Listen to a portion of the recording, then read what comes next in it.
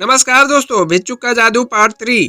अगस्त चंद्रमा उत्सव के दिन गांव के चौराहे की ओर जाने वाला रास्ता उन किसान और व्यापारियों से भरा हुआ था जो बाजार में बेचने के लिए अपना सामान ले जा रहे थे। सत्यम के माता पिता गोभी की टोकरियां उठाए हुए बाजार की ओर जा रहे थे।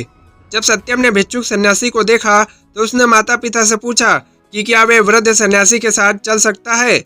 सत्यम उस वृद्ध को नई पतंग के बारे में बताने लगा जो वे जन्मदिन पर मिले पैसों से खरीदना चाहता था। अचानक उसके रास्ते पर कुछ हंगामा होने लगा। किसान उमेश का गधा जो नाशपत्तियों से भरा हुआ ठेला खींच रहा था, भीड़ भाड़ वाले रास्ते पर सबको तीतर बीतर करता हुआ दौड़ने लगा।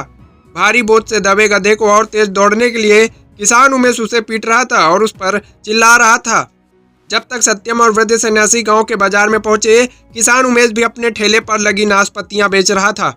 सूर्य की गर्मी के कारण सबको प्यास लग रही थी और मीठी रस भरी नाशपाती भी खूब बिक रही थी। यद्यपि किसान उमेश उसे भारी दाम मांग रहा था। एक स्वादिष्ट नाशपाती मुझे खाने के लिए दे सकते हो? सन्यासी ने किसानों उमेश से पूछा। फटीचर भिखारी, तुम्हें कुछ न मिलेगा, किसान उमेश उन पर चिल्लाया। लेकिन तुम्हारे पास तो बहुत सारी नाशपाती है, निश्चय ही तुम एक नाशपाती दे सकते हो, वृद्ध ने कहा। यह देख कई लोग इकट्ठे हो गए। किसी ने कहा, इतने कंजूस मत बनो, वृद्ध को एक नाशपाती दे दो। किसान ने गुस्से से अपनी लाठी घुमाई और सन्यासी को बुरा भला कहा। बालक सत्यम ने जब यह देखा तो वो पतंग खरीदने का सपना जो वह देख रहा था उसको भूलकर उसने अपनी जेब में हाथ डाला। पतंग मैं बाद में भी ले सकता हूँ, उसने अपने आप से कहा और झटपट किसान उमेश को अपना सिक्का दे दिया। जन्मदिन के उसके सारे पैसों में सिर्फ एक छोटी नाशपाती ही मिली। सन्यासी कहीं यह देख न ले कि पतंग पाने की इतनी तीव्र इच्छा उसके मन में थी। सत्यम नीचे धूल भरी जमीन की ओर देखते हुए अपने दोनों हाथों में रखकर नाशपाती उन्हें भेंट की।